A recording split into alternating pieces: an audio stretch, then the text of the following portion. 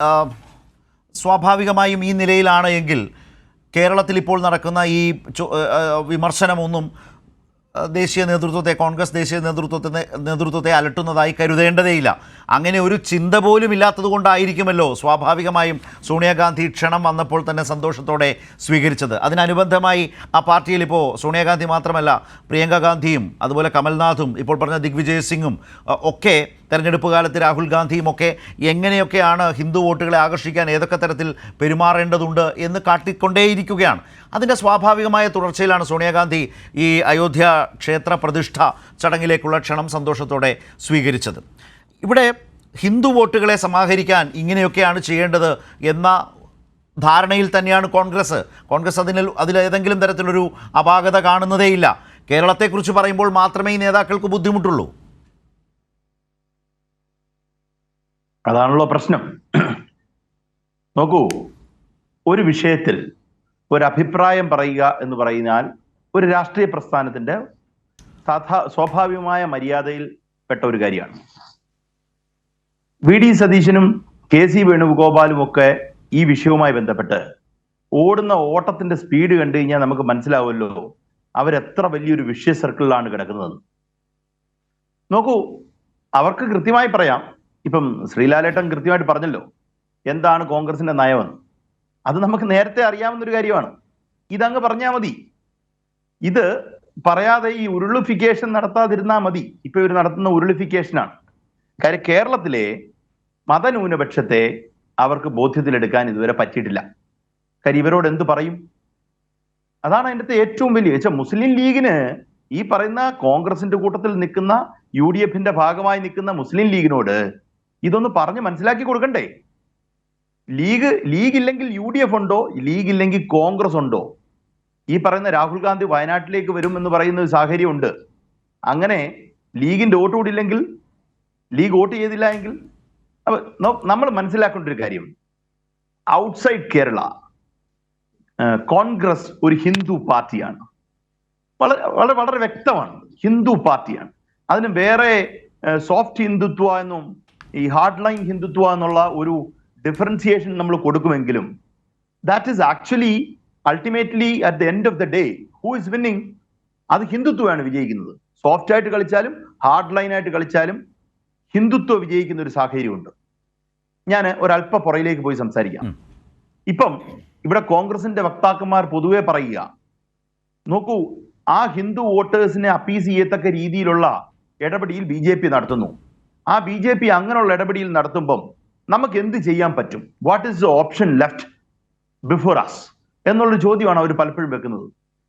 എൻ്റെ അപ്പോഴുള്ള ചോദ്യം, ഈ കോൺഗ്രസ്സുകാർ വല്ലേ ഇതൊരു ആയുധമാക്കി ഇവരുടെ കയ്യിൽ കൊണ്ട് കൊടുത്തത്? ഈ പറയുന്ന അയോധ്യയിലെ രാമക്ഷേത്രം 49 അടഞ്ഞു കിടക്കുകയാണല്ലോ അല്ലേ? ഇത് ഈ ഗേറ്റ് തുറന്നു കൊടുത്തത് ആരാണ്? ഇതിനുള്ള അന്തരീക്ഷം എല്ലാം ഉണ്ടാക്കിയത് ആരാണ്? ഇത് പൊളിക്കാൻ കൂട്ടുനിന്നത് ആരാണ്? പൊളിക്കുന്ന സാഹചര്യത്തിൽ ആരായിരുന്നു ഇന്ത്യയുടെ പ്രധാനമന്ത്രി? ഇതൊന്നും ഇല്ലായിരുന്നുവെങ്കിൽ പ്രശ്നമില്ലല്ലോ. അപ്പൊ അവിടെ സംഭവിച്ച വളരെ ലളിതമായ ഒരു കാര്യമാണ്. ഷാബാനു ബീഗം കേസിൽ മുസ്ലിം അപ്പീസ്മെന്റ് നടത്തി എന്നുള്ളൊരു ധാരണ രാജീവ് ഗാന്ധിക്ക് വരുന്നു. അത് ഒരു റിവേഴ്സ് പോളറൈസേഷന് സാധ്യത ഉണ്ട്, ഹിന്ദു വോട്ടേഴ്സ് പോകും എന്നുള്ളത് കൊണ്ട് അങ്ങനെ ഒരു സാധ്യത മുന്നിൽ കണ്ട് അതിനെ റിവേഴ്സ് ചെയ്യാനായിട്ട് ശിലാന്യാസം നടത്തി കൊടുത്തു. യഥാർത്ഥത്തിൽ രാജ്യത്തെ മതന്യൂനപക്ഷത്തിന്റെ അവരുടെ ജീവിതത്തിലേക്ക് അവസാന ആണി അടിച്ചു കയറ്റുന്ന രീതിയിലുള്ള ഒരു പ്രവൃത്തിയായിപ്പോയി. പണ്ഡിറ്റ് നെഹ്റു ഇതെടുത്ത് കൊണ്ട് സരയുവിൽ കളയാനാ പറഞ്ഞത്. പക്ഷെ അതൊന്നും പ്രശ്നമില്ലാതെ അദ്ദേഹത്തിന്റെ ചെറുമകൻ ഇത് തുറന്നു കൊടുത്തു. ഒരു പ്രശ്നവും ഉണ്ടായില്ല. അതുകൊണ്ടുണ്ടായ ന്യൂസൻസ് നോക്കൂ. രാജ്യത്ത് രാമൻ എന്ന് പറയുന്ന രാഷ്ട്രീയ ആയുധം ആദ്യം ഉയർത്തിവിടുന്നത് BJP RSS അല്ല. സത്യത്തിൽ ഈ പൊളിറ്റിക്കൽ ടൂളായിട്ട് ഇന്ത്യയിൽ ഉപയോഗിക്കുന്നത് രാജീവ് ഗാന്ധി രാമന്റെ വേഷം കെട്ടിച്ച് ആൾക്കാരെ ഈ നോർത്ത് ഇന്ത്യൻ ഹാർട്ട്ലാൻഡിൽ തെരഞ്ഞെടുപ്പിന് പ്രചരണത്തിന് ഉപയോഗിച്ചിട്ടുണ്ട്. അരുൺ നെഹ്റു ഒക്കെ അതിന്റെ ആളായിരുന്നു കേട്ടോ. അരുൺ നെഹ്റു അതിന്റെ ഒക്കെ ആളായിരുന്നു. അങ്ങനെ നിന്ന ഒരു രാഷ്ട്രീയ പശ്ചാത്തലത്തിൽ രാമനെ എന്നാ ഞങ്ങൾക്ക് ഒരു യഥാർത്ഥ രാമനെ അങ്ങ് ഉപയോഗിച്ചേക്കാം, ഈ പറയുന്ന ആൾക്കാരെ വേഷം കെട്ടിച്ചുള്ള രാമന് പകരം എന്നാ യഥാർത്ഥ രാമനെ നമുക്ക് അങ്ങ് ഉപയോഗിച്ചേക്കാമെന്ന് സംഘപരിവാർ ശക്തികൾ ചിന്തിക്കുന്ന ആ പോയിന്റിലാണ് ഇന്ത്യൻ രാഷ്ട്രീയത്തിന്റെ ഡൈനാമിക്സ് മാറുന്നത്. അതാണ് സംഭവിച്ചിരിക്കുന്നത്. ആ ഡൈനാമിക്സിൽ നിന്ന് ഇവർ മുന്നോട്ട് വെച്ച ആയുധം യഥാർത്ഥത്തിൽ വളരെ നന്നായി BJP എടുത്ത് മുന്നോട്ട് കളിക്കുകയും അല്ലെങ്കിൽ RSS സംഘപരിവാർ ശക്തികൾ എടുത്ത് കളിക്കുകയും മതന്യൂനപക്ഷത്തിന് രാജ്യത്ത് താമസിക്കാൻ ജീവിക്കാൻ പറ്റാത്തൊരവസ്ഥ ഉണ്ടാവുകയും ചെയ്തു. അപ്പൊ ഞാൻ പറഞ്ഞു വരുന്നത്, ഈ BJP ഇങ്ങനെ ചെയ്തു അല്ലെങ്കിൽ ഇങ്ങനെ ചെയ്യുന്നതുകൊണ്ടാണ് ഞങ്ങൾക്ക് ഇങ്ങനെ കളിക്കേണ്ടി വരുന്നത് എന്നുള്ള ഒരു ലെയിം ആയിട്ടുള്ള, ഒരു ഫീബിൾ ആയിട്ടുള്ള, ഒരു യൂസ്ലെസ് വാദമാണത്. ഇവരാണത് കളിച്ചുകൊണ്ടിരുന്നത്. ഇപ്പൊ നോക്കൂ, മധ്യപ്രദേശ് തെരഞ്ഞെടുപ്പ് നോക്കൂ. മധ്യപ്രദേശ് തെരഞ്ഞെടുപ്പിനെ കുറിച്ച് ശ്രീലാൽ പറഞ്ഞല്ലോ. അവിടെ സത്യം പറഞ്ഞാൽ രാമനെ വെച്ച് ഈ വേഷവിധാനം നടത്തി അല്ലെങ്കിൽ അതിട്ട് ഈ മേക്കപ്പ് ഒക്കെ നടത്തി ഏറ്റവും കൂടുതൽ പ്രചരണം നടത്തിയത് കമൽനാഥാ, ദിഗ്വിജയ് സിംഗുവാ. ആൾക്കാർ വോട്ട് ചെയ്തോ? ഉപ്പോളോ ഉപ്പിലിട്ടത് നമുക്ക് ഒരു നാട്ടിലൊരു പ്രയോഗമുണ്ട്. ഇവർ ഉപ്പിലിട്ടതാണ്. ഉപ്പ് അപ്പുറത്തുള്ളപ്പോ എന്തിനാണ് ഇവരെ ചൂസ് ചെയ്യുന്നത്? ഈ ഉപ്പ് ഉണ്ടാക്കാൻ അവരെ സഹായിച്ചത് കോൺഗ്രസ് ആണ്. അപ്പൊ അടിസ്ഥാനപരമായി ഇവരെ സംബന്ധിച്ചിടത്തോളം ഇവരുള്ളൊരു ഡയലേമ ഞാൻ പറഞ്ഞുതരാം വളരെ സിമ്പിൾ ആയിട്ട്. നമ്മുടെ നാട്ടിൽ വരുമ്പോൾ ഇവർക്ക് മിണ്ടാൻ പറ്റില്ല. കാരണം മതന്യൂനപക്ഷത്തിന്റെ അടുക്കൽ ഇവർക്ക്, നമ്മുടെ നാട്ടിൽ മതന്യൂനപക്ഷം വളരെ പ്രോമിനന്റ് ആണ്. അവർ വലിയ വോട്ട് ബാങ്ക് ആണ്. അവരെ സംബന്ധിച്ചിടത്തോളം അവർ ഡിമാൻഡിങ് ആണ്. അങ്ങനെ നിൽക്കുന്ന ഒരു സ്ഥലത്ത് അവർക്ക് ഞഞ്ഞാ വർത്താനം പറഞ്ഞേ പറ്റൂ. എന്നാൽ അപ്പുറത്ത് അവർക്ക് ഈ പറയുന്ന രാഷ്ട്രീയ നിലപാടെല്ലാം ഡൈല്യൂട്ട് ചെയ്ത്, പണ്ഡിറ്റ് നെഹ്റുവിന്റെ രാഷ്ട്രീയ നിലപാടൊക്കെ ഡൈല്യൂട്ട് ചെയ്ത് രാജീവ് ഗാന്ധിയുടെ നിലപാടിലേക്കും നരസിംഹറാവുവിന്റെ നിലപാടിലേക്കും ഒക്കെ പോയേ പറ്റൂ. ഒരൊറ്റ കാര്യം കൂടെ പറഞ്ഞ് ഞാൻ ആദ്യത്തെ സ്ട്രെച്ച് അവസാനിപ്പിക്കാം. കഴിഞ്ഞ ദിവസം കോൺഗ്രസിന്റെ ക്യാബിനറ്റ് മിനിസ്റ്റർ ആയിരുന്ന പഴയ IFS ഉദ്യോഗസ്ഥനായിരുന്ന മണിശങ്കർ അയ്യർ ഒരു സ്റ്റേറ്റ്മെന്റ് പറയുന്നു. എനിക്കൊന്ന് ബർഖാദത്തിനോടാണെന്ന് പറഞ്ഞെന്ന് തോന്നുന്നു. ഞാനത് കേട്ടു. അദ്ദേഹം ഒരിക്കൽ നരസിംഹറാവുവിനെ കാണാൻ പോകുന്നു. അപ്പൊ അദ്ദേഹം പറയുന്ന മറുപടിയാണ്, നരസിംഹറാവു പറയുന്നത്, this is a Hindu country. Mani, you should understand that this is a Hindu country. ഏതാ നരസിംഹറാവു പറയുകയാണ്.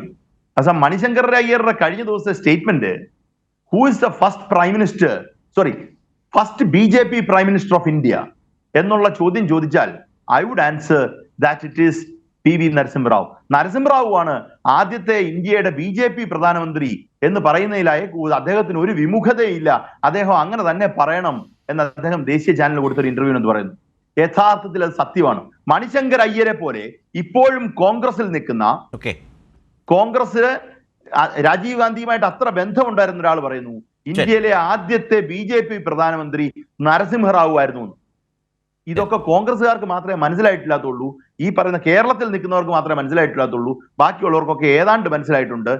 ഒറ്റ കാര്യം കൂടെ, ഞാനത് ഒറ്റ കാര്യം എന്ന് പറഞ്ഞ് ഞാൻ രണ്ടാമതൊരു കാര്യം കൂടെ പറയാമെന്ന് വിചാരിക്കരുത്.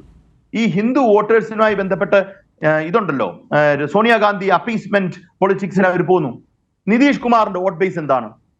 നിതീഷ് കുമാറിന്റെ വോട്ട് ബേസ് മുസ്ലിംസാ? ഹിന്ദു വോട്ട് ബേസ് ആണ്, ഒരു സംശയവും. ലാലു പ്രസാദിന്റെ വോട്ട് ബേസ് എന്താണ്? അവരുടെ വോട്ട് ബേസും ഹിന്ദു വോട്ട് ബേസ് ആണ്. ഈ വോട്ട് ബേസിലുള്ള നിൽക്കുന്നവർക്കൊക്കെ ഈ പരിപാടിക്ക് പോകണ്ട എന്ന ഉത്തമ ബോധ്യമുള്ളപ്പം ഇവർക്ക് മാത്രം പോകണമെന്ന് തോന്നുന്നതിന് എന്താ? അപ്പൊ ചുരുക്കത്തിൽ പറഞ്ഞ ഇവര് നേരത്തെ തന്നെ ഈ കൽപ്പാന്ത കാലത്തോളം കളിച്ചുകൊണ്ടിരുന്ന കളി വീണ്ടും കളിക്കുന്നു എന്നുള്ളത് മാത്രമേ ഉള്ളൂ. അല്ലെങ്കിൽ രാഷ്ട്രീയ ആയുധമായി ഉപയോഗിക്കാൻ പറ്റുന്ന വേറെ ആയുധങ്ങൾ ഉപയോഗിക്കാൻ ശക്തമായി പറ്റുമെന്നുള്ള നിതീഷ് കുമാറിനോ അല്ലെങ്കിൽ ലാലു പ്രസാദിനോ ഈ പറയുന്ന മമതാ ബാനർജിക്കൊക്കെ പോകണ്ട എന്ന് തീരുമാനമെടുക്കാനുള്ള ആർജവമുള്ളപ്പം അതിനൊക്കെ മേളിൽ ഇദ്ദേഹം CPM-ന്റെ പോളിറ്റ് ബ്യൂറോ അംഗവും ജനറൽ സെക്രട്ടറിയും സീതാറാം യെച്ചൂരി പറഞ്ഞു കഴിഞ്ഞു. ഇങ്ങനെയുള്ളവർക്കൊക്കെ പോകണ്ടെന്ന് തീരുമാനം എടുക്കാൻ പറ്റും, പക്ഷെ ഇവർക്ക് എടുക്കാൻ പറ്റില്ല. ഇവരുടെയൊക്കെ ഇപ്പൊ കേരളത്തിലെ ഹിന്ദു വോട്ട് ബേസ് വേണ്ടാന്ന് CPM തീരുമാനിച്ചിട്ടില്ലല്ലോ. അപ്പൊ കേരളത്തിലെ വോട്ട് ബേസ് ഹിറ്റ് ചെയ്തില്ലേ? ഹിന്ദു വോട്ട് ബേസ് ഹിറ്റ് ചെയ്തില്ലെന്നാണോ വിചാരിക്കുന്നത്? അങ്ങനല്ല. ഒരു നിലപാടെന്ന് പറഞ്ഞാൽ നിലപാട് പ്രധാനമാണ്.